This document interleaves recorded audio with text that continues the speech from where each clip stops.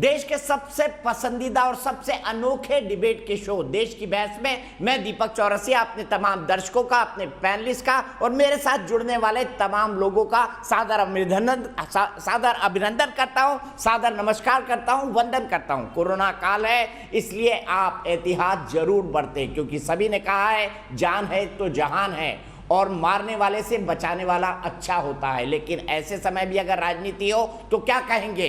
क्या कोरोना काल में भी राजनीति हो रही है, वो भी विशुद्ध राजनीतिक मुद्दों पर? इसी से जुड़ा हुआ हमारा आज का सवाल था और वो था एक नए कानून को लेकर जिसे CAA NRC कानून कहा गया। CAA NRC अभी नहीं आया है, CAA कानून जिसको लेकर मामला सुप्रीम कोर्ट में है। लेकिन अब सरकार ने जब कहा है कि वो 5 राज्यों में रहने वाले गैर मुस्लिम शरणार्थियों को नागरिकता देगी, तो इस पर फिर विवाद हो गया है। इसीलिए हमने सवाल पूछा था CAA पर नए सिरे से राजनीति किसकी। इसे 60% लोगों ने वोट देकर देश की बहस का मुद्दा बनाना चाहा है। सबसे बड़ा सवाल IUML इंडियन यूनियन मुस्लिम लीग, जो कि केरल की एक पार्टी है, धर्म पर आधारित पार्टी है, उसने सुप्रीम कोर्ट मूव किया है। सरकार ने कुछ राज्यों में रह रहे शरणार्थियों से ये कहा था कि आप अपने दस्तावेज जमा करिए, हम आपको नए कानूनों के हिसाब से नागरिकता देने के लिए तैयार हैं। हालांकि CAA पर अभी कुछ काम होना बाकी है, लेकिन सरकार ने लोगों से अपने दस्तावेज मांग लिए थे। इसी के खिलाफ मुस्लिम लीग नाम की पार्टी अब सुप्रीम कोर्ट पहुंची है। उनका कहना है कि इससे मुस्लिमों को वंचित रखना देश के सेक्युलरिज्म पर आघात है। इससे ही जुड़े मामले CAA को लेकर भी सुप्रीम कोर्ट में चल रहे हैं। हमने देखा था CAA और NRC को लेकर कैसे देश भर में विरोध प्रदर्शन हुए थे और तब तक चलते रहे जब तक कोरोना काल आ नहीं गया और उन्हें जबरदस्ती हटाना नहीं पड़ा। ऐसे में जब जान बचाने की भारी संकट पड़ा है, तब राजनीति की बातें सुप्रीम कोर्ट तक कौन ला रहा है? इसी बीच समाजवादी पार्टी के एक सांसद, खुद डॉक्टर है ST हसन, उन्होंने बयान दिया है और बयान कानूनों से जोड़कर दे दिया। उन्होंने कहा शरीयत के कानूनों में बदलाव किया जा रहा है, इसीलिए कोरोना आया, इसीलिए लाखों मौतें हो रही है, इसीलिए जलजला आ रहा है। क्या बेतुका बयान है? क्या इस बयान के पीछे कोई तर्क हो सकता है? और क्या कोई पढ़ा लिखा डॉक्टर इस तरह का बयान दे सकता है? आज इसी पर चर्चा होगी, लेकिन पहले देखिए आज का अपडेट। पाकिस्तान, अफगानिस्तान, बांग्लादेश से आए गैर मुस्लिम शरणार्थियों को लेकर इंडियन यूनियन मुस्लिम लीग ने सुप्रीम कोर्ट में केंद्र सरकार के नोटिफिकेशन के खिलाफ याचिका दाखिल कर आदेश पर रोक लगाने की मांग की है। साथ ही दावा किया है कि बैकडोर से CAA को लाने की कोशिश हो रही है। This act can be implemented only after making the law rule. So they have taken another kind of wrong method in implementing that act through a different route. केंद्र सरकार ये साफ कर चुकी है कि इस नई अधिसूचना का 2019 में पारित नागरिकता संशोधन कानून से कोई सीधा वास्ता नहीं है। उस कानून के तो अभी नियम भी तैयार नहीं हुए हैं। 28 मई को केंद्र सरकार ने गैर मुस्लिम शरणार्थियों को नागरिकता प्रदान करने के लिए सिटीजनशिप एक्ट 1955 के तहत नोटिफिकेशन जारी किया, लेकिन मुस्लिम लीग को ये बात नागवार गुजर रही है। मुस्लिम लीग तो यही चाहेगी कि भारत के जो मूल भारतीय हैं वो पाकिस्तान, अफगानिस्तान, बांग्लादेश में जो परसिक्यूटेड जिन अल्पसंख्यकों का लगातार उत्पीड़न किया है धर्म के आधार पर, उनको भारत शरण न दे। एक और CAA पर मजहबी दलीलों का दौर फिर शुरू हुआ तो उधर मुरादाबाद से समाजवादी पार्टी सांसद डॉक्टर ST हसन ने कोरोना को शरीयत से जोड़कर बेतुका बयान दे डाला।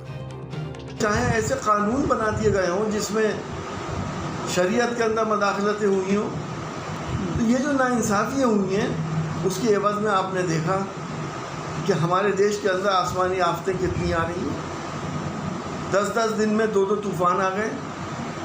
हमने देखा है कि कोरोना के अंदर गरीब आदमी का क्या हशर हुआ है। देश की बहस में चर्चा है कि मजहब का कार्ड खेलने का मौका सेकुलर खेमे को जब भी मिलता है तो उसके नेता बेतुके बयान देने से भी बाज नहीं आते। सवाल ये भी है कि क्या CAA पर नए सिरे से राजनीति को भुनाने की कोशिश सेकुलर खेमा कर रहा है? सुना आपने, जलजला इसलिए आया, कोरोना इसलिए आया कि शरीयत के हिसाब के कानून बदलेगा, ये कह रहे हैं एक पढ़े लिखे सांसद। वो सांसद जो पश्चिमी उत्तर प्रदेश से आते हैं, मेरी जहाँ तक जानकारी है वो खुद एएमयू से पढ़े हुए हैं और खुद MBBS MS डॉक्टर हैं। कोई ऐसी गैर साइंटिफिक बात कर सकता है? और दूसरी बात, सरकार साफ कर रही है कि CAA पर अभी नियम कानून नहीं बने हैं, लेकिन अभी सरकार ने जो नोटिफिकेशन निकाला है वो पुराने नियम कानूनों के आधार पर निकाला है, जिसमें भारत ने साफ किया है कि जिन नागरिकों को प्रताड़ना मिली है अफगानिस्तान, बांग्लादेश, पाकिस्तान में, उनको यहाँ पर रखा जाए। अब सवाल ये है कि क्या सेक्युलर खेमा मजहब कार्ड खेल रहा है? ये कहना कि शरीयत के कानूनों को बदल दिया गया, इसलिए जलजला आ गया, इसलिए कोरोना आ गया, इसलिए लाखों लोग मर गए, और ये सब बीजेपी सरकार ने किया। कई सारे और मुद्दे हैं। ग्राफिक्स में आप देखेंगे कि किन किन मुद्दों पर इन सेक्युलर लोगों को ऑब्जेक्शन है, चाहे वो 370 का हो, चाहे वो अयोध्या में राम मंदिर का हो, चाहे वो 3 तलाक का हो। इसी व्यापक परिप्रेक्ष्य में बात होगी। अब क्या वो शरणार्थी जो भारत में रह रहे हैं, जो सताए हुए हैं, पीड़ित हैं, क्या उनको नागरिकता नहीं मिलनी चाहिए इस देश में? क्या उन्हें रहने और जीने का हक नहीं है? और अगर मुसलमानों को एंट्री दी जाए तो फिर रोहिंग्याओं का क्या होगा जो इस देश में आतंकवाद करते हैं? ये तमाम सवाल डिस्कशन में होंगे। सीधे इंट्रोड्यूस करता हूं अपने बड़े पैनल को। मेरे साथ जाने माने मुस्लिम स्कॉलर और पत्रकार तारिक फतेह साहब कनाडा से जुड़ चुके हैं। मेरे साथ संघ विचारक और प्रोफेसर अवनिजेश अवस्थी साहब दिल्ली से जुड़ चुके हैं। मेरे साथ तहसीन पूनावाला कांग्रेस के समर्थक और एक पॉलिटिकल एनालिस्ट जुड़ चुके हैं।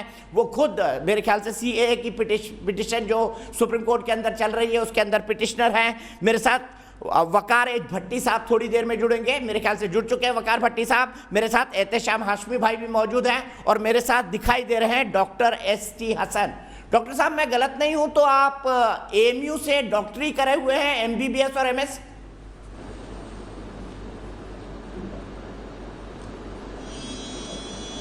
जी हाँ, करे हुए हूँ। हेलो, फिर बताइए, आप ऐसी गैर वैज्ञानिक बात कैसे कर सकते हैं कि शरीयत के कानूनों को तोड़ा मरोड़ा गया तो कोरोना आ गया?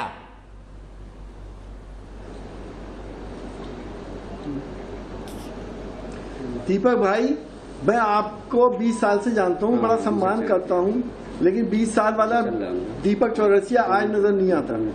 मैंने अगर शरीयत की बात कही है तो मैंने ये नहीं कहा कि देश पे शरीयत का कानून लागू कर दो।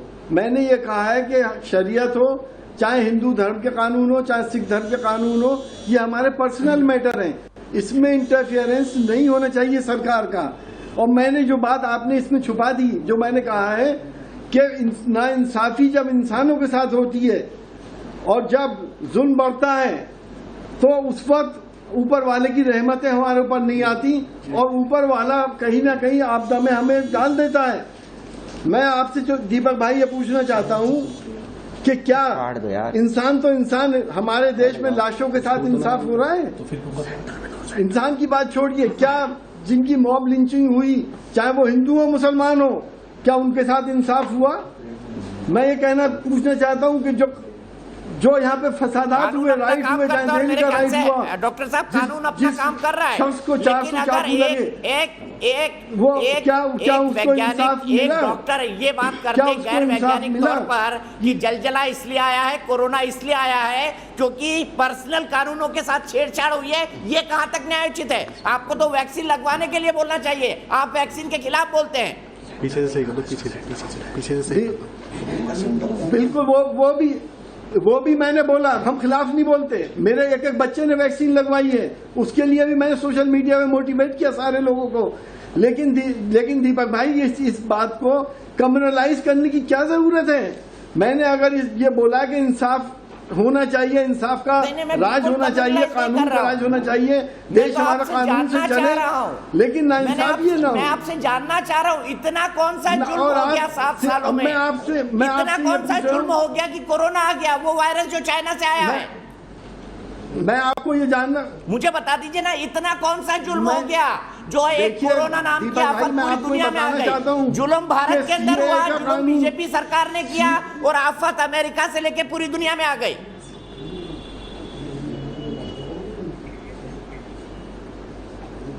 मैं आपसे ये कहना चाह रहा हूं कि जो भारत के अंदर, हमारे देश के अंदर जो दुर्गति हुई है, किसी देश में नहीं हुई है। और CAA के कानून में आपको मालूम है कि नाइंसाफी हुई है, खुली भी।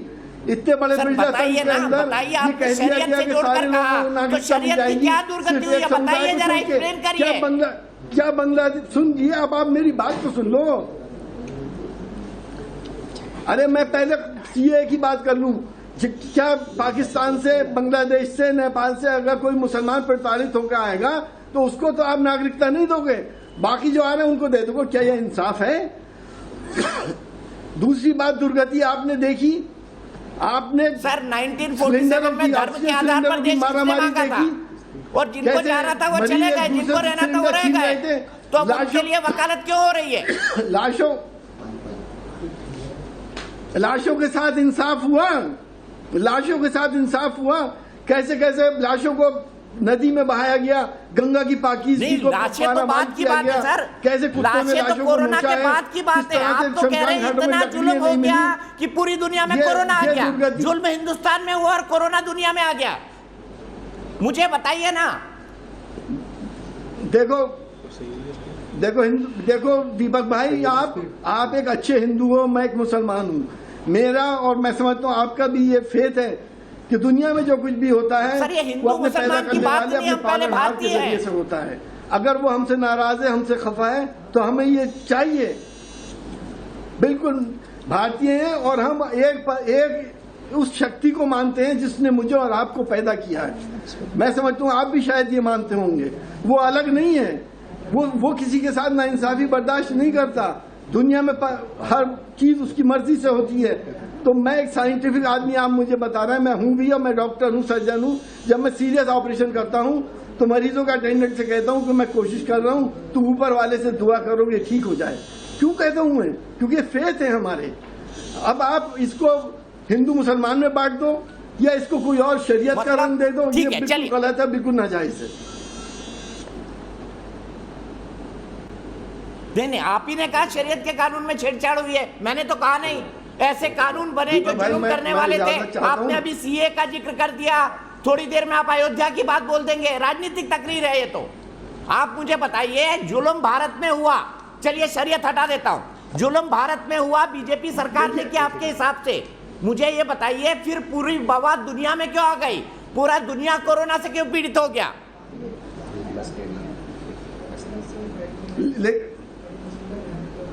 देखिए, सिर्फ सरकार का जुर्म नहीं होता, हमारे अपने पाप और अपने गुनाह भी होते हैं जिसकी वजह से ऐसा होता है। लेकिन पूरी दुनिया में ऐसी सरकार से पाप करने पर आ गए। अभी आप कानूनों की बात कर रहे थे, तो आप मानोगे या इसको भी आप नहीं मानोगे? इसे भी अच्छा दीपक भाई, मुझे कहीं और बैठना, मुझे इजाजत दे सकते हैं?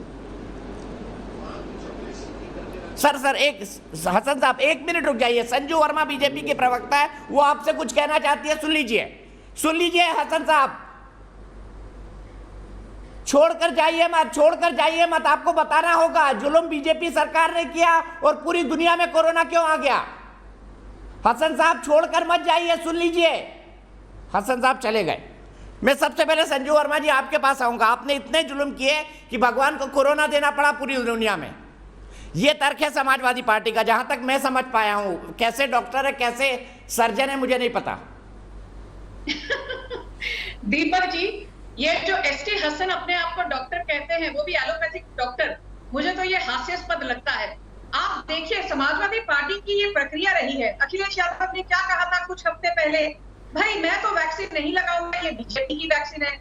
अभी जैसे उनके नेताओं ने भाषण दिया, वैसे उनके नीचे के लोग भाषणबाजी में लगे हुए हैं। एसटी हसन ने तो यहाँ तक कह दिया है कि मोदी सरकार ने शरीयत और कुरान में छेड़छाड़ करने की कोशिश की, इसलिए हमारे ऊपर कोरोना महामारी का जुल्म हमको आज सहना पड़ रहा है। खैर, बात अभी बड़ी संगीन है और बिना ज्यादा समय लेते हुए मैं कुछ कहना चाहती हूँ। एसटी हसन जैसे लोग, मैं सोचती हूँ कि कई ऐसे मुसलमान हैं भारत में जो बहुत प्रोग्रेसिव हैं, बहुत मॉडर्न माइंडसेट के हैं, बहुत एजुकेटेड हैं। तो मैं सभी मुसलमानों के बारे में ये नहीं कहूंगी, पर एसटी हसन अपने मुसलमान भाइयों के साथ नाइंसाफी करते हैं, अपनी बिरादरी के साथ नाइंसाफी करते हैं जब वे ऐसी बेबुनियादी टिप्पणियां करते हैं। आपको याद होगा दीपक जी कि एसटी हसन जैसे लोग, इनको हर चीज में धर्म दिखता है। अभी नागरिकता संशोधन में इन्होंने धर्म के एंगल को ले आए। लोग जब अनुच्छेद 370 और अनुच्छेद 35A को हटाया गया था 2019 2019 में मोदी सरकार ने, तब भी उन्होंने कहा भाई आपने अनुच्छेद 370 इसलिए हटाया क्योंकि आप मुस्लिम इंटरेस्ट को कॉम्प्रोमाइज करना चाहते हो।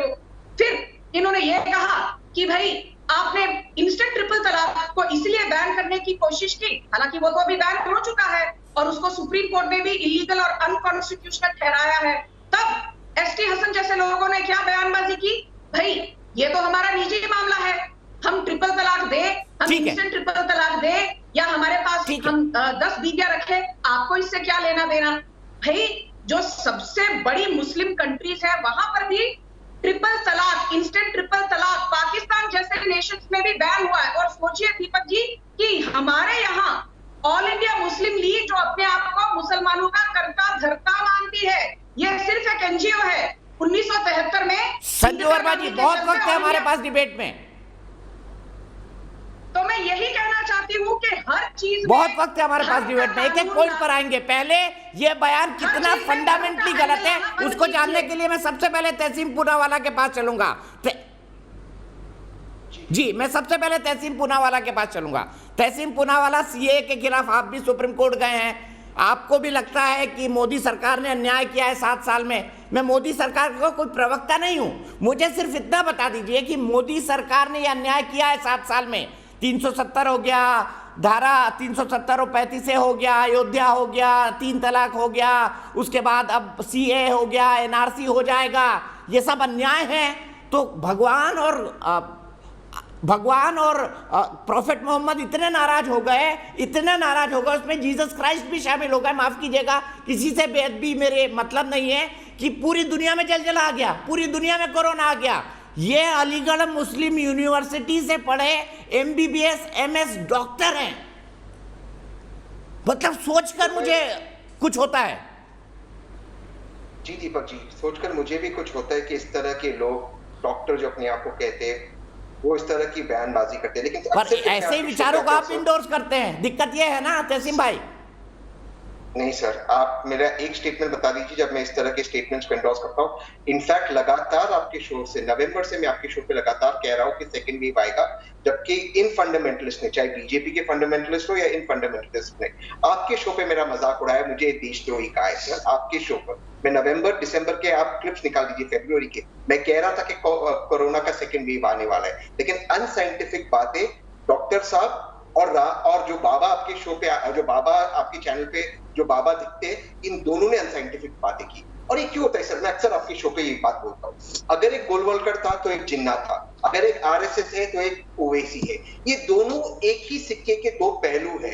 और ये क्यों इस मुद्दे को इस वक्त निकाला गया? क्योंकि आज सुप्रीम कोर्ट ने डांट लगाई केंद्र सरकार को, वो न्यूज में ज्यादा दिख नहीं रहा किस तरह से डांट लगाई, क्योंकि आज सर, और मैं आपके दर्शकों से हाथ जोड़ के अपील करता हूँ, मेरी बात मत मानिए, आप सब अपने अपने मोबाइल निकालिए, लाइपोसोमाल एम्फोटेरिसिन भी देखिए आपको मिल रहा है या नहीं इस मुल्क में। सेंट्रल गवर्नमेंट के नीचे लोगों की आंख बाहर निकल रही, तो आप डाइवर्ट कैसे करोगे? आप डाइवर्ट ऐसे करोगे। अरे तहसीन भाई, चलिए हम कोविड पे बात नहीं कर रहे हैं, आज हम कानूनों पर बात कर रहे हैं। सीएए क्या आप भी खिलाफ है? सीएए क्या आप भी खिलाफ? आज हम कानूनों पर बात कर रहे हैं। क्या सीएए से शरीयत नुकसान में आ गया? बताइए मुझे, सीएए से शरीयत नुकसान में आ गया? बता दीजिए ना मुझे। शरीयत में छेड़छाड़, इसका क्या मतलब ये भी समझा दीजिए। हम एम्फोटेरिसिन बी पे फिर बात कर लेंगे। शरीयत से छेड़छाड़, प्रोग्रेसिव एमबीबीएस एमएस मुस्लिम बोल रहा है, उसके चलते कोरोना आ गया। सर एम्फोटेरिसिन बी पर बात नहीं चाहती हूं, इन्होंने कुछ बोला है सर ऐसे नहीं होगा सर, मैं बहुत संक्षेप में बोल रहा हूँ। एम्फोटेरिसिन बी पर हम बाद में ही बात करेंगे, लोगों की आंख और जान नहीं जा रही है, उस पर बात नहीं करेंगे, हम इन विवादित बातों पर बात करेंगे, क्योंकि बीजेपी के एजेंडा को सूट करता है और उनकी मदद के डॉक्टर साहब जैसे लोग करेगा। अपनी बात समाप्त करता हूँ, क्योंकि यही लोग ये बातें बोल के लोगों को भ्रम फैला रहे हैं कि वैक्सीन मत लगवाओ, 21 दिन बाद मर जाओगे, 40 दिन बाद मर जाओगे। ये वैक्सीन तो गिनीपिग की तरह एक्सपेरिमेंट हो रहा है। कांग्रेस पार्टी के कई नेताओं ने लिखा, ये एक हकीकत है तहसीब, ये एक हकीकत है। ऐसे ही लोग समाज में भ्रम फैलाते हैं, ये मानना पड़ेगा आपको। मैं सीधे संजू वर्मा जी के पास चलूंगा, तहसीब में फिर आऊंगा। 30 सेकंड संजू वर्मा जी के मैं तारीख पते साथ बताऊंगा। सर एक ही लाइन, ठीक है, बोलिए तहसीब, कंक्लूड करिए। संजय जी एक ही लाइन, मैं पूरी तरह से मानता हूं इन लोगों ने भ्रम फैलाया। मैं आपसे कहता हूं, मैं कहता हूं मुझ में गलत है, मैं कहता हूँ ये गलत है। मैं आपसे कहता हूँ कहो कि वो बाबा जो फ्रॉड बाबा आता है वो भी गलत है, जिसने कहा नाक में मस्टर्ड डालो कोरोना मर जाएगा। आप कहो हर्षवर्धन गलत था जिन्होंने कहा होम्योपैथी से कोरोना क्लियर हो सकता है, और जिन्होंने फरवरी 12 को जब मैं आपके चैनल पे था उसने कहा कोविड हमारे मुल्क में कोई बड़ी आपदा नहीं है, उसको भी आप कहो कि गलत है। आप कहिए, मैं कहता हूँ ये लोग गलत है, ये फ्रॉड है। आप कहिए वो बाबा फ्रॉड है। मेरे चैनल पे किसी ने नहीं कहा भाई कोविड हमारे मुल्क में बड़ी आपदा नहीं है। मेरे चैनल को गलत कोट मत करिए सर, हम बड़ी साइंटिफिक बात करते हैं। संजू वर्मा जी से मैं तारिक फतेह साहब के पास जाऊंगा। सर मैं छोड़ दीजिए, मेरे चैनल ने नहीं कहा, मेरे चैनल ने नहीं कहा, माफ कीजिएगा। चलो सर, नहीं आपके चैनल ने नहीं, मैं उस बाबा की बात कर रहा हूं जिसने कहा नाक में। अब आप कौन सा बयान हर्षवर्धन का कोट कर रहे हैं मुझे नहीं पता। गजब बात करते हैं, हेल्थ मिनिस्टर ये बात करेगा। संजू जी मुझे तारिक फतेह साहब के पास जाना है, इसके बाद फिर एहतेसाम भाई और वकार भाई और अवनीजेश जी। दीपक जी प्लीज मुझे एक बार रिबटल करने दीजिए ना मैम, मुझे फिर दूसरी डिबेट के लिए जाना है। दीपक जी कीजिए ना मैम, फैक्स पे कीजिए।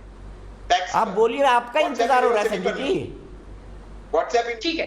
दीपक जी मुझे एक चीज बहुत आश्चर्यजनक लगती है, यहाँ पर डिस्कशन हो रही है कि कुछ कट्टर मुसलमान जो एक कट्टरपंथी सोच रखते हैं, उन्होंने कैसे कोरोना महामारी हो, नागरिक संशोधन कानून हो, बैनिंग ऑफ इंस्टेंट ट्रिपल तलाक हो, अनुच्छेद 370 हटाने का जो कानून लाया गया वो हो, हर चीज में ये लोग धर्म के एंगल को लेके आते हैं। पर मुझे ये बड़ा ताज्जुब होता है कि तहसीलपुरा वाला हर चीज में आरएसएस को घुसेड़ देते हैं, या बीच में ये हिंदू मुसलमानों की डिवाइड के बारे में बात करने लगते हैं, फिर ये बाबाजी लोगों पर चले जाते हैं। तहसीलपुरा वाला आपको ये बता दूं कि पूरे विश्व में जो 10 बड़ी टेरर ऑर्गेनाइजेशंस हैं, ये संजू वर्मा नहीं कह रही, ये कोई बीजेपी वाला नहीं कहता।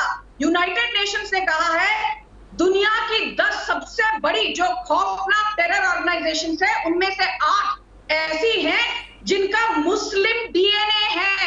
ये रेडिकल इस्लामिस्ट ऑर्गेनाइजेशन है, Lashkar e Taiba Islamist, Hizbuddin Mujahideen Islamist, Boko Haram Islamist, Jamaat Dawa Islamist. तो आरएसएस के बारे में भाषण देना बंद करिए।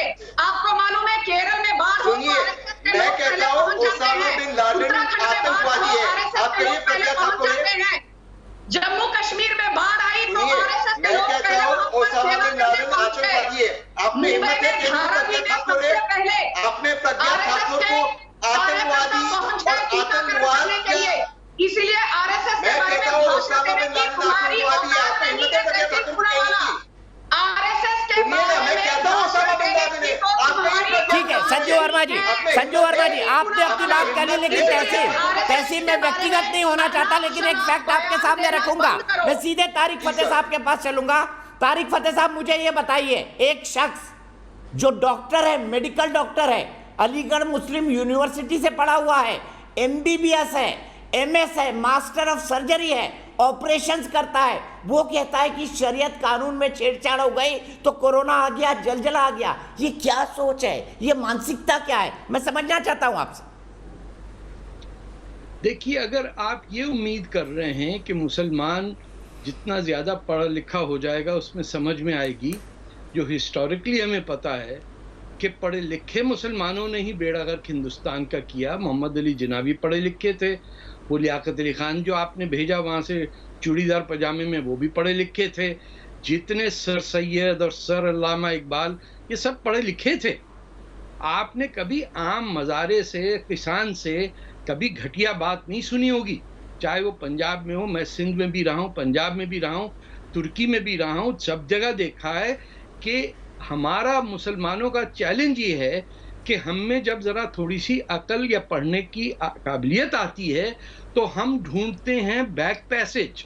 हम 21वीं सदी से 12वीं सदी को जोड़ना चाहते हैं और उसमें जादूगरी तक की बात करने लग जाते हैं कि अल्लाह ताला ने ये किया। अरे भाई, अल्लाह ताला और भगवान ये सबको, और दुनिया में गुर्बत हटाने से फुर्सत नहीं है कि वो पेरू के अंदर तबाही मचा दी। साउथ अमेरिका में जो हालत है इस वक्त, आप कोई नहीं है कि the world's highest rate of destruction and death is in Latin America, Ecuador, यहाँ वियतनाम में देखिए क्या हो रहा। ये सब क्या अगर अल्लाह ताला और भगवान जी इतने ही बड़े उनके पास पावर है तो भैया जादू करके ठीक कर दें। मैं तो स्ट्रेट फॉरवर्ड बात कर रहा हूं। बच्चों को कहते रहते हैं कि सब कुछ उसके हाथ में, और वो बच्चे फिर देखते हैं सड़क के ऊपर के भीख मांग रहे हैं, even in a country like United states या कनाडा। गुर्बत को हमने आंख हटा दी, बोले वो तो अल्लाह पता नहीं किस जन्म में सजा मिल रहा है। ये सियासत से धर्म को अगर आपने नहीं उठाया, हटाया, अलग किया, और जिक्र नहीं करना चाहिए आपको कि ये शरीयत का कानून। अरे किस शरीयत की बात कर रहे हैं? सारी शरीयत झूठी लिखी 200 साल बाद कुरान आने के। जिसने जिसकी ऐसी तैसी करनी थी उसने एक हदीस लिख दी और कहा ये तो प्रॉफिट मोहम्मद करते थे, हम भी यही करेंगे। आप ये कह रहे हैं आधे से ज्यादा मुसलमान दूसरे मुसलमान को मार रहा। सीरिया के अंदर 5 लाख मुसलमान मार दिए। इस्माइलियों के साथ क्या हो रहा है, शियों के साथ क्या हो रहा है। यमन के अंदर 2 लाख आदमी मर गया। वो एक ही अल्लाह मियां ऊपर बैठे हुए, वो उनका कुछ नहीं कर रहे हैं। उन्होंने कहा नहीं, यहां तो सब मुसलमानों को मरने दो, चलो दिल्ली के अंदर बॉडीज गिरा देते हैं कुछ 2-4। इंतहा हो गई जहालत की। चाहे वो हिंदू कोई सोच से अपनी इलाज कराए या मुसलमान सोच से कराए या सिख सोच से कराए, जब तक आपको एक साइंटिफिक ठीक है एटीट्यूड नहीं आएगा जहन में। और मुझे दुख ये है कि हम मुसलमान जो हैं, बाकी को तो छोड़ें, उनको पहला मौका आता है पढ़े लिखे होने का तो वो और जाहिल हो जाते हैं। वरना मुझे आज तक अनपढ़ मुसलमान नहीं मिला जिसके दिल में इतनी क्या नफरत ये हो कि वो पढ़े उसको लिखे उसको मुसलमानों कतल की जहालत है? वकार भट्टी जी बताइए, आप भी मुझे पढ़े लिखे हुए मुसलमान लगते हैं। तारिक फतेह साहब ने 2 टूक बात कही कि जितना ज्यादा पढ़ लिख जाते हैं उतना बेड़ा कर करते हैं। दीपक चौरसिया साहब, मेहरबानी से पहले तो गुजारिश करता हूं कि कोई बीच में टोकेगा नहीं। तारिक फतेह साहब का जवाब मैं जरूर दूंगा। पहली बात, तारिक फतेह साहब मुसलमानों के स्कॉलर नहीं, इस्लाम के स्कॉलर नहीं हैं, जाहिलू के स्कॉलर जरूर हैं। क्लियर कर देता हूं। दूसरी बात, तारिक फतेह साहब ने माफ कीजिएगा, मेरे गेस्ट हैं, सुनिए, मेरे गेस्ट हैं, मेरे इस्लाम को टारगेट सुनिए, बात सुनिए। जहालत की बात उन्होंने करी है, एसटी हसन ने करी, बता दीजिए मुझे। जहालत की बात किसने करी? कहां से आ गया? समाजवादी पार्टी के सांसद ने करी या तारिक साहब ने करी? बता दीजिए। दीपक भाई सुनिए, मैं इसको बता देता हूँ ना, मैं इस्लाम से ही इसको जवाब दे देता हूँ। अभी तक तारिक फतेह को नहीं दिया, बता देता हूँ। चुप करो तो बता देता हूँ। पहली बात, मैं कुरान, मैं हदीस से नहीं बताऊंगा, मैं कुरान से बताऊंगा। क्या बताएंगे? अल्लाह ताला कुरान में फरमाता है, पहले बात सुनिए मिस्टर तारिक फतेह, जाहिलू की तरह बीच में मत टोकिए। मैंने नहीं टोका आपको, सुनिए मेरी बात। पहली बात, तारिक फतेह जाहिलू के स्कॉलर, मेरी बात सुन, बीच में मत टोक। हटाया गया है बुड्ढे तू, मेरी बात सुन ले पहली बात। वकार साहब मेरे मुअज़्ज़िज़ मेहमान हैं, मैं आपके ऑडियो को काटूंगा। प्रोटेस्ट में मैं आपके ऑडियो को काटूंगा। मेरे मेहमान के लिए इन शब्दों का इस्तेमाल नहीं कर सकते आप, माफ कीजिएगा। यह आपकी जहालत को भी दिखाता है।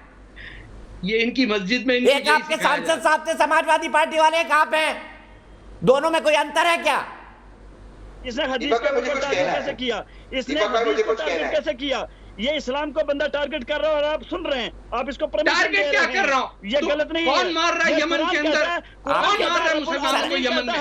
जब दुनिया में तुमने कहा दुनिया में जुल्म बढ़ेगा, जब दुनिया में गुनाह बढ़ेगा, मैं ऐसी वबा लाऊंगा, मैं ऐसी बीमारियों को लाऊंगा, मैं ऐसे जलजले लाऊंगा। ये ऊपर वाले ने भेजी है। अच्छा ठीक है, बढ़ गया, गुनाह बढ़ गया भाई, बड़ा अन्याय हो गया, बड़ा अन्याय हो गया। अमेरिका तक बवा आ गई, अमेरिका तक बवा हो गई। आप वकार भट्टी बच गए। मैं सीधे अवनीशेष अवस्थी साहब के पास जाऊंगा। अवनीशेष अवस्थी साहब, वकार भट्टी और एसटी हसन को सुनने के बाद आपका निचोड़ क्या है, बता दीजिए मुझे आज एक निचोड़ पर पहुंचना है। पढ़े लिखे doctor, MBBS, MS ST Hasan साहब के बारे में बताइए, और वकार भट्टी के बारे में। पहली बात तो ये कि बवा आ गई है दुनिया में, वो कह रहे हैं कि कल IMA जो है वो ST हसन के खिलाफ FIR करेगा और अपनी कार्रवाई करेगा।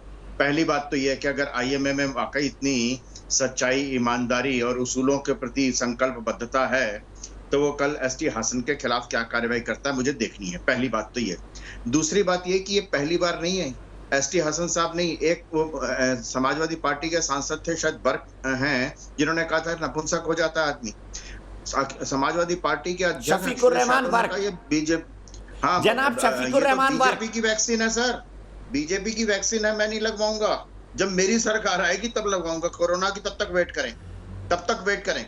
और ये तमाम लोग, तहसीम हो या कोई हो, इन्होंने आज तक कोई उसके खिलाफ ना कोई बयान दिया, ना उसकी निंदा की, ना उनसे माफी मांगने की अपेक्षा की, ना बयान वापस लेने की मांग की। अलीगढ़ में एक नर्स जो कर रही थी उसके खिलाफ कोई ट्वीट नहीं है, मैंने विपक्षी दल के नेता का कोई ट्वीट नहीं देखा मैंने। दीपक, सबसे महत्वपूर्ण बात यह है, ऐसे समय में जिस समय सब पूरे देश को एकमुष्ट होकर के इस लड़ाई के खिलाफ लड़ना चाहिए था, एकमुष्ट होना चाहिए था, रोज कोई ना कोई कमी निकालना।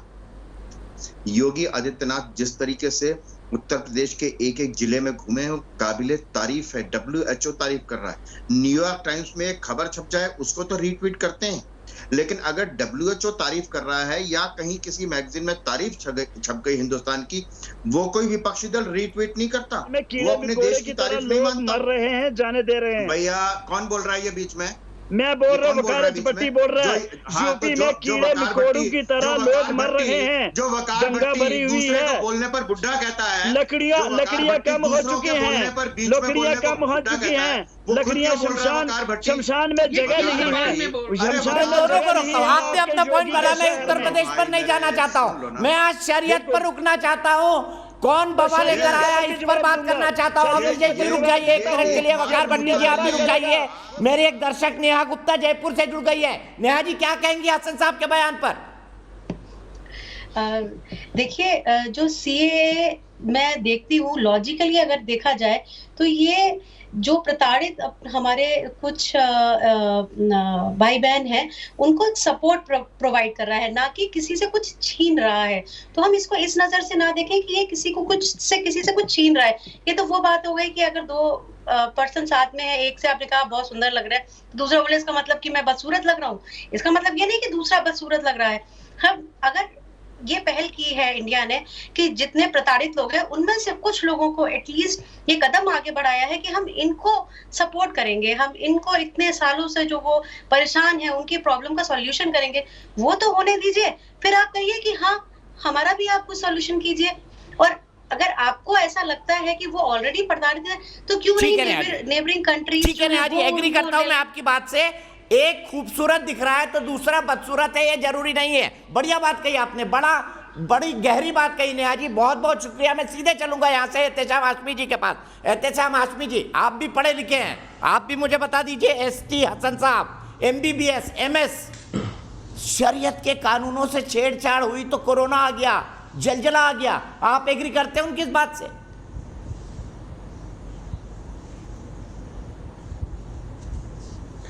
देखिए दीपक भाई साहब, कोई पढ़ा लिखा है, बेवकूफ है या समझदार है, ये डिसाइड करना मेरा काम नहीं है। लेकिन मैं ये मानता हूं कि आप बहुत ज्यादा समझदार हैं। बीजेपी के जितने यहाँ पे पैनलिस्ट बैठे हैं, प्रवक्ता बैठे हैं, बहुत ज्यादा समझदार हैं। सर, अलीगढ़ मुस्लिम यूनिवर्सिटी MBBS MS सर्जन, वो ये बात कह रहा है कि शरीयत के कानून के छेड़छाड़ से कोरोना आ गया है, जलजला आ गया है। जितने प्रवक्ता हैं, दीपक भाई साहब बोलने नहीं देंगे तो मुझे आप भेज दीजिए चैनल से वापस। दीपक भाई से मुझे बोलने का मौका नहीं मिलेगा तो मुझे यहाँ से जाने दीजिए फिर। I am sorry. नहीं बिल्कुल नहीं जाइए सर, आप अपनी भड़ास जी भर के निकालिए। मैं तो सवाल पूछ रहा हूँ, सवाल का जवाब दे दीजिए।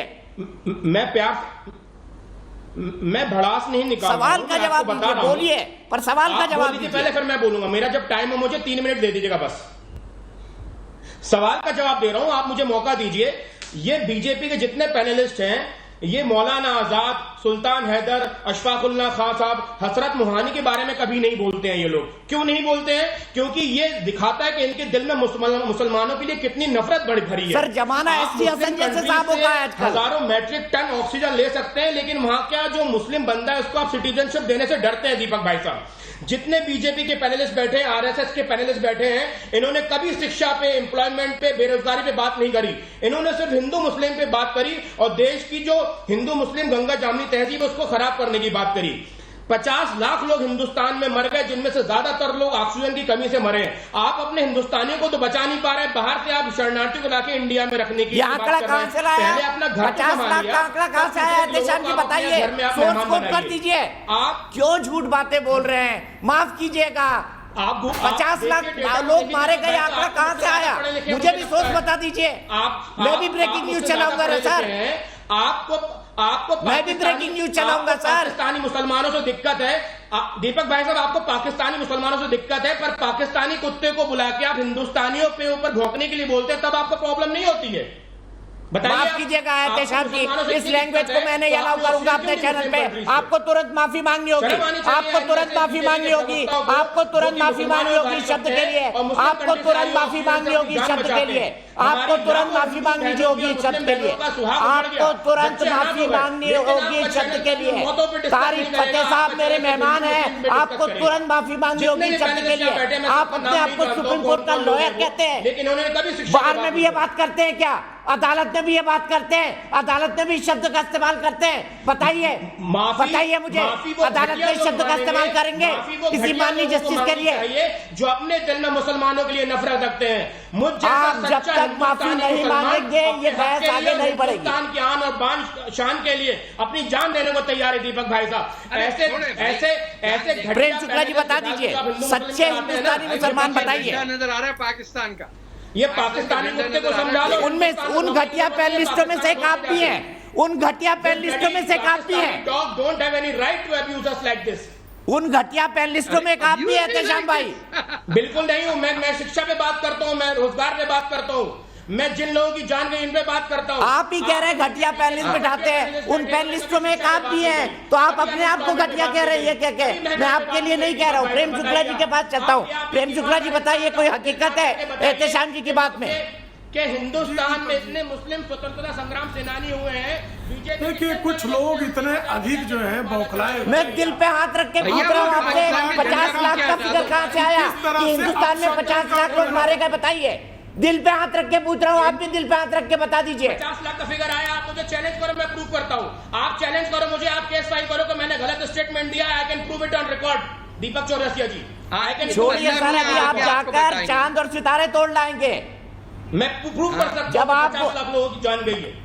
दीपक प्रेम शुक्ला जी बताइए, 50 लाख का फिगर, अब ये नया फिगर भी मार्केट में डोलने लगा है। 50 लाख का फिगर बताइए। अब नीचे जी आ रहा हूं आपके पास। दीपक दीपक जी जब मूर्खता प्रेम शुक्ला जी तो भयंकर हरकतें करती है, भयंकर बयान देती है। बात करेंगे तो जवाब आपको फिर भयंकर हरकतें और भयंकर बयान, भयंकर शब्दावलियों का प्रयोग, अपशब्दों का प्रयोग, कोई तर्क सम्मत बात नहीं। आपके स्वयं को भारत के भारतीयता पर गर्व करने वाले तारिक फतेह जी के विरुद्ध अपशब्दों का प्रयोग कौन लोग कर रहे हैं? जिनको जिन्ना में अपने पूर्वज नजर आते हैं, जिनको जिन्ना में अपने पूर्वज नजर आते हैं, वो कई बार मौलाना आज़ाद की छतरी के तले भी आकर बैठना चाहते हैं और बैठकर वो बातें करना चाहते हैं जिस पर जिन्ना के लोग फिदा हो जाएं। आप कृपा करके बताएं ना कि आपने उनसे जो प्रश्न पूछा, सीटी हसन का जो बयान है उससे वो सहमत है कि असहमत है? कह सकते हैं वो सहमत है या असहमत है, लेकिन वो सहमति और असहमत पर स्पष्टता से अपनी बात रख देंगे तो ये मुस्लिम स्कॉलर कैसे रह जाएंगे साहब? एक अजीबोगरीब इस देश में मुस्लिम स्कॉलरशिप की ब्रीड पैदा हो गई है। ये ब्रीड जो है ना तो इस्लाम को स्वीकारती है सही मायनों में, ना इस्लाम के सही तर्जुमे को, ना कुरान शरीफ के सही तर्जुमे को मानती है। इसने कुछ तर्जुमात पकड़ लिए हैं और उन तर्जुमातों के बल पर जो हमारी बात नहीं मानेगा। और तारिक फतेह साहब ऐसे लोगों की पोल खोलने का सतत प्रयास करते हैं, इसलिए उनके प्राणों का कई बार लेने का प्रयास तक हुआ है।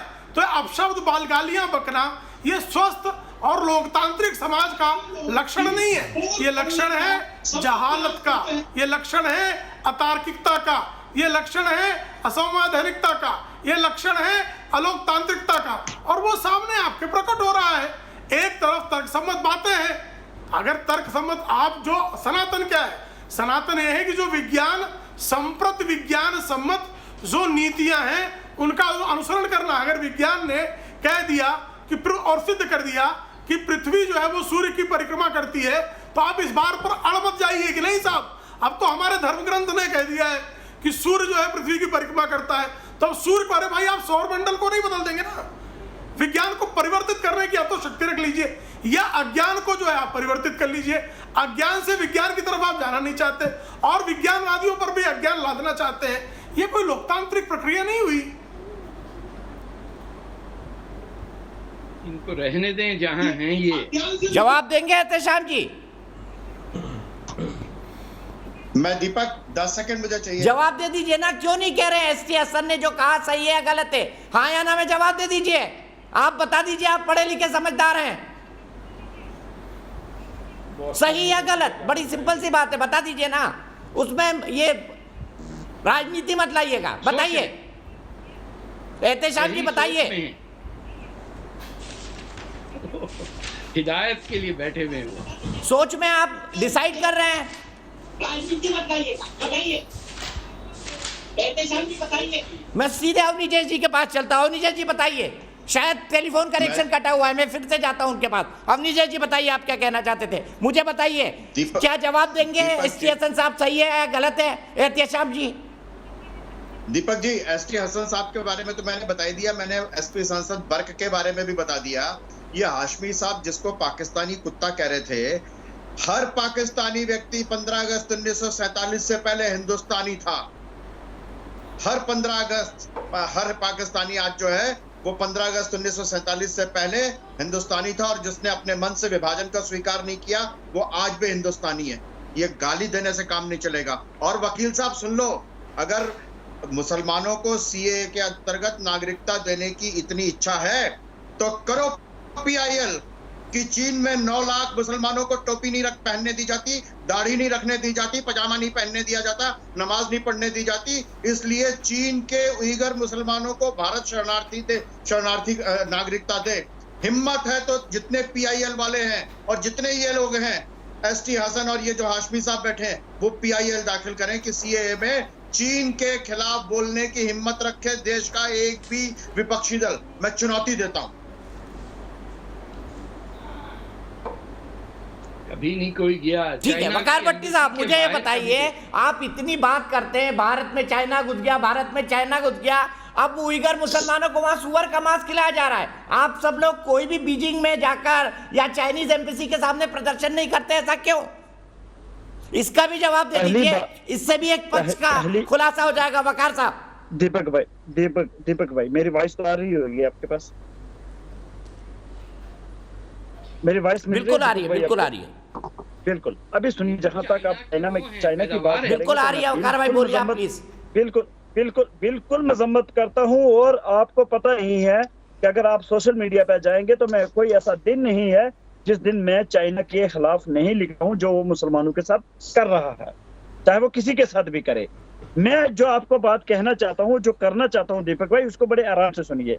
मैंने आपको पहले भी कहा है, और तो सर उन शियाओं के लिए भी लिखा करिए ना जिनमें को पाकिस्तान में मारा जा रहा है, उन अहमदियाओं के खिलाफ भी लिखना चाहिए जिनको पाकिस्तान में मारा जा रहा है, उनके सपोर्ट में भी कुछ लिखिए ना। शियाओं अहमदियाओं के सपोर्ट में सीरिया में मुसलमान को क्यों मार रहा है, यमन में क्यों मार रहा है ये भी बता दीजिए, अफगानिस्तान में क्यों मार रहा है ये भी बता दीजिए। दीपक भाई अब सुनेंगे तो तब ना, अब अगर सुनेंगे तो मैं बता दूंगा। मैं कहता हूं दुनिया में कहीं भी मेरे मन में सवाल आया तो पूछ लिया मैंने। जी दुनिया में कोई भी किसी का कत्ल करे, किसी मजलूम को मारेगा, तो वो जो जालिम होगा उसका साथ देने वाला भी जालिम ही होगा। चाहे वो हिंदुस्तान में मुसलमानों का कत्लेआम हो, चाहे वो कश्मीर में मुसलमानों का कत्लेआम हो, चाहे वो यहूद फलस्तीन का कत्लेआम करे, चाहे वो तारक फतेह जैसे लोग आके इस्लाम को बदनाम करने की कोशिश करें, बदनाम करें, चाहे वो मुसलमान शिया को मारे, सुन्नी शिया को मारे, बरेलवी वहाबी को मारे, कहीं भी इंसानियत का कत्ल होगा तो उस इंसानियत के जो कत्लेआम करने वाले जो जालिम है उसके खिलाफ हमेशा खड़ा होना चाहिए। और जहां तक आप बात करते हैं ना कोरोना की, जलजला की, भूकंप की, तो खुदा कहता है जब भी दुनिया में जुल्म होगा, जब भी इंसान को कत्ल करेगा, जब भी इंसानियत की दुश्मन बन जाएगी, तो मैं ऐसा कहर दुनिया पे लाऊंगा, क्योंकि ये इस्लाम तो वो दुनिया क्या इमाम बनी है। जब इमाम हुसैन का गला काटा उस वक्त अल्लाह मियां सो रहे थे क्या? अल्लाह मियां हमेशा जागते। पहले बात मिस्टर तारक फतेह पहले अल्लाह मियां नहीं है। पहले सुनिए मिस्टर तारक सुनिए, तारक फतेह जाहिल इंसान, अल्लाह मियां नहीं है, अल्लाह इंसान नहीं है। पहली बात आपको पता होनी चाहिए। सुनिए तारक सुनिए, अल्लाह मियां नहीं है, पहली बात। अल्लाह सिर्फ तो मैं चुप करेंगे ना, पहली बात सुनिए, मुसलमानों के लिए बना था। कि ना बिल्कुल नहीं बना था, पूरी दुनिया के लिए बना। और सुनिए, अल्लाह ने कुरान पे फरमा दिया है, अल्लाह ने अपनी कलाम में कह दिया है, अल्लाह ने पाक कुरान में फरमा दिया है कि दुनिया मोहम्मद के लिए मैंने बनाई है, या मोहम्मद ना होता तो दुनिया नहीं होती है। और दूसरी बात सुनिए, ऋग्वेद में चौथे श्लोक में, सुनिए मैं ऋग्वेद की बात बता रहा हूँ, मैं ऋग्वेद की बात बता रहा हूँ, मैं रामायण की बात बता रहा हूँ, मैं महाभारत की बात बता रहा हूँ, जहाँ मोहम्मद का जिक्र बताया गया है, आजकल जहाँ मोहम्मद का जिक्र बताया गया है, जहाँ दीन का जिक्र बताया गया है। आप क्या कहते हैं तारक फतेह? मुझे पता है कि आप नास्तिक हैं, आप किसी धर्म को नहीं मानते। सुनिए मेरी बात, पहले इस्लाम से पहले हिंदुस्तान नहीं था, चंद्रगुप्ता मौर्य नहीं था, चोला डायनेस्टी। मैं कह रहा हूँ दुनिया, मेरी ये जो दुनिया है, ये जमीन है, ये पेड़ है, ये पौधे हैं, ये हवा है, ये हर चीज खुदा नहीं बनाई है ना? आपको भी खुदा नहीं बनाया। और टीवी के आके टीवी के बना के बकवास करते हैं आप। खुदा नहीं सांस दी ना, अभी खुदा सांस छीन ले चली जाएगी। है क्या मिला? क्या मिला के बैठे हुए हो, वहाँ बैठे हुए कार्य और भाई में और तारिक फतेह, बिल्कुल मैं कहता हूँ ना, रब्बुल आलमीन एक है। जो ऋग्वेद कहता है ईश्वर अल्लाह एक है, एक ही अल्लाह की इबादत करे, एक ही अल्लाह की बंदगी करे, इसमें कोई गुनाह नहीं है। जब अल्लाह की एक ही अल्लाह की एक ही ईश्वर की जब बंदगी करने लग जाओगे, पूरी दुनिया में इस्लाम आ जाएगा। ऋग्वेद जब लिखा गया था, ऋग्वेद जब लिखा गया था क्या ये दोनों शब्द थे? बिल्कुल है, बिल्कुल है, दोनों शब्द मैं थे। कह रहा हूँ क्या इस्लाम का रिटर्न हिस्ट्री है 1400 साल से पुराना? बताइए, इस्लाम का क्या कोई रिटर्न हिस्ट्री है 1400 साल से पुराना? बताइए ना। इस्लाम जब आदम अलैहि इस्लाम आए तब से इस्लाम आया दुनिया में। जब पहला पैगंबर आया, पहला इंसान आया, तब से इस्लाम आया। ठीक है, मैं इस पर बहस करूंगा, मैं इस पर बहस करूंगा। मैं आऊंगा प्रेम शुक्ला जी के पास जाऊंगा और उनसे पूछूंगा ये सवाल कि रिटर्न हिस्ट्री ऑफ इस्लाम कितनी साल पुरानी है? 1400 साल पुरानी है, उससे ज्यादा। सीधे मैं चलता हूँ, विकास मेरे दर्शक आगरा से जुड़ गए। विकास क्या कहेंगे समाजवादी पार्टी के सांसद के बयान के बारे में? इससे ज्यादा हास्यास्पद कोई बयान हो ही नहीं सकता। पढ़े लिखे लोग अगर ऐसी बातें करेंगे तो फिर बाकी जाहिलों की तो बात छोड़ ही दीजिए। और मैं एक जो सवाल है मेरा वो ये है कि ऐसी अपॉर्चुनिटी तो पाकिस्तान को भी देनी चाहिए और बांग्लादेश को भी देनी चाहिए कि अगर किसी देश में मुसलमान अपने आप को बहुत अच्छा फील नहीं कर रहा, सुरक्षित फील नहीं कर रहा, तो उनको वहाँ की नागरिकता दे देनी चाहिए। और हिंदुस्तान में भी अगर मुसलमान अपने आप को सेफ फील नहीं कर रहे तो उनसे रिक्वेस्ट करें कि हमें वहाँ बुला लें। यही तो हिंदुस्तान कर रहा है ना। क्या परेशानी है फिर उसमें? अगर जो गलती पार्टीशन के टाइम पे, लेकिन सर मैं बता दूं, सीएए पाकिस्तानी मुसलमान को नागरिकता लेने से नहीं रोकता है, उसके लिए अलग कानून है, अलग प्रक्रिया है। विकास जैन जी, सीएए पाकिस्तानी मुसलमान को नागरिकता लेने से नहीं रोकता है, लेकिन उसके लिए अलग कानून है, अलग प्रक्रिया है। इस पर फिर कभी बहस करेंगे। मुझे एक ब्रेक के लिए रुकना है, ब्रेक के बाद आ रहा हूं वापस।